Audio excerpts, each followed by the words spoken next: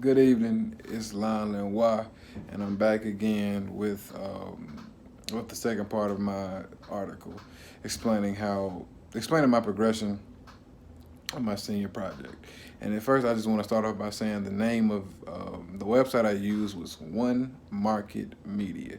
Now this post was established in 2015 by Jim Fox. Now Jim Fox, very interesting guy.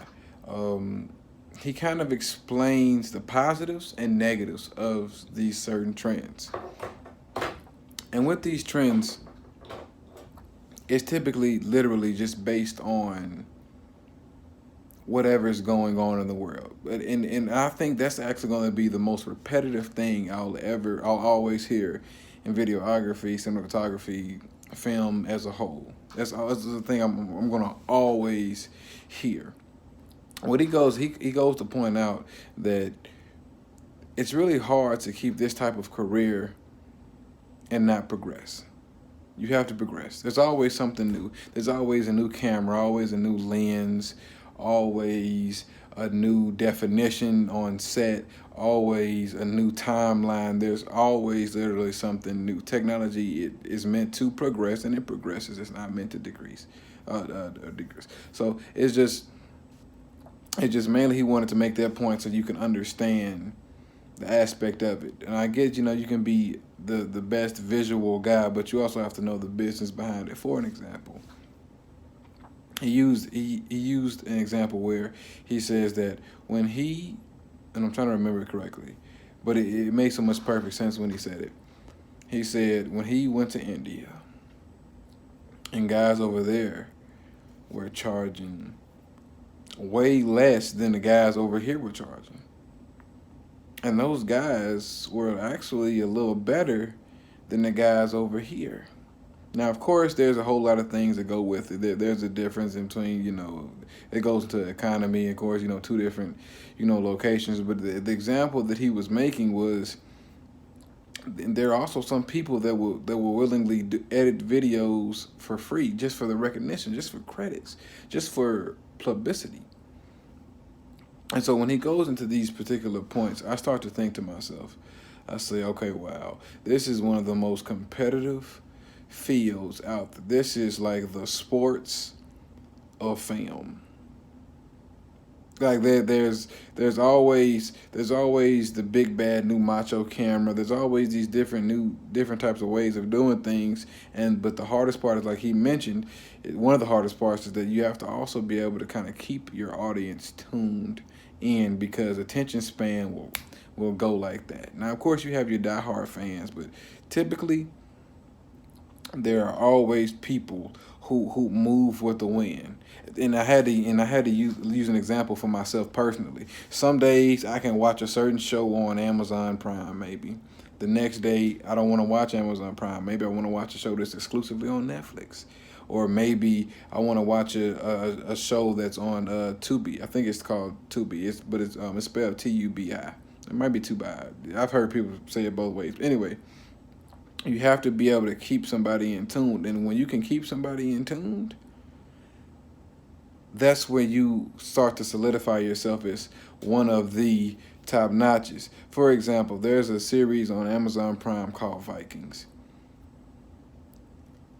Love the storyline. It can be dragged out a little bit because it had like 8 seasons, but that's what you expect to happen, right? And so I love this series so much that once I even heard that it was coming out, I added it to my watch list. And it, like, the new season wasn't even available yet. That's the kind of mindset or the vision that I want to give off to people. I want them to be able to buy into my storylines. I want them to be able to understand the structure of what I mean, even if they don't understand the details. And only particular people who really just do a certain craft understand the details. Like, for examples, with teachers. Teachers have different ways of teaching each other things, or I mean the students things, and we as a students, we might notice that, okay, this helped me learn a little better, but behind the scenes, other teachers, when they see this certain particular style, they know from all of their experience, oh, what is this actually doing, like what chemicals or whatever is triggering in the brain to make somebody think this way, or to be able to activate somebody's brain in their own way, because we all learn differently, right? And so I think it's the same exact way when it comes to filmmaking. Certain shots will make somebody feel a different way. In drama, if you notice that in drama, there are certain shots that make you feel different than if you were to watch them in a horror film.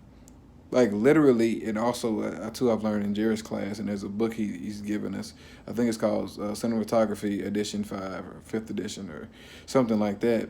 It's literally saying that shots, scenes can speak louder than any dialogue you could ever write.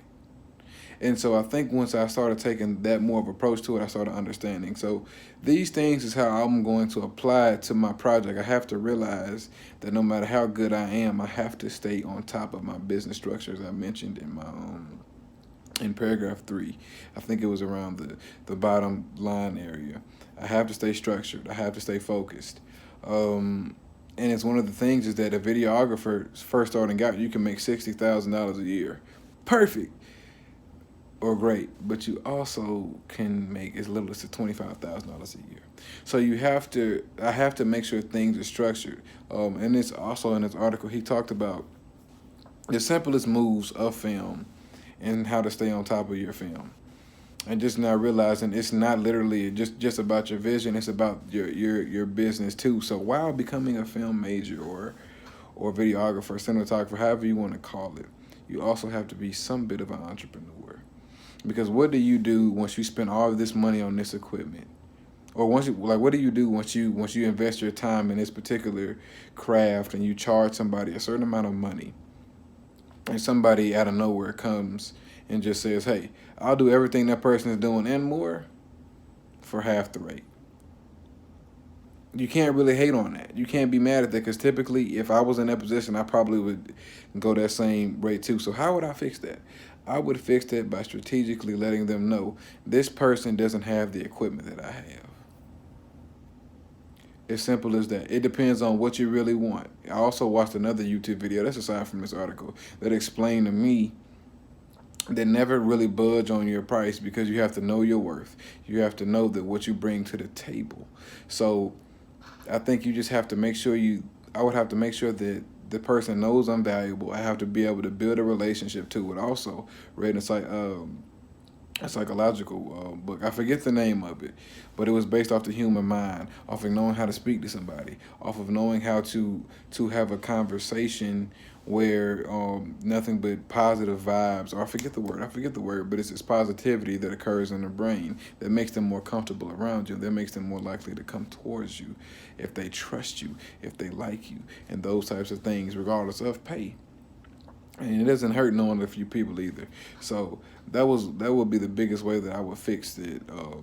That particular problem that he came up with. He has an article, and it's a lot of great things in there. But this was the biggest thing that stuck out to me, because it's a situation to where you understand what's going on.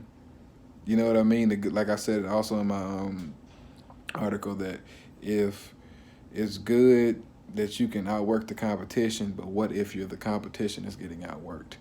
So I think that would be something perfect actually to end this video on. And thank you. And for anybody that sees it, still interested in working, I'm still got some recurring parts. We got a lot of different things moving. This is gonna be a well-oiled machine. Appreciate you for watching. Thank you, and I'm out.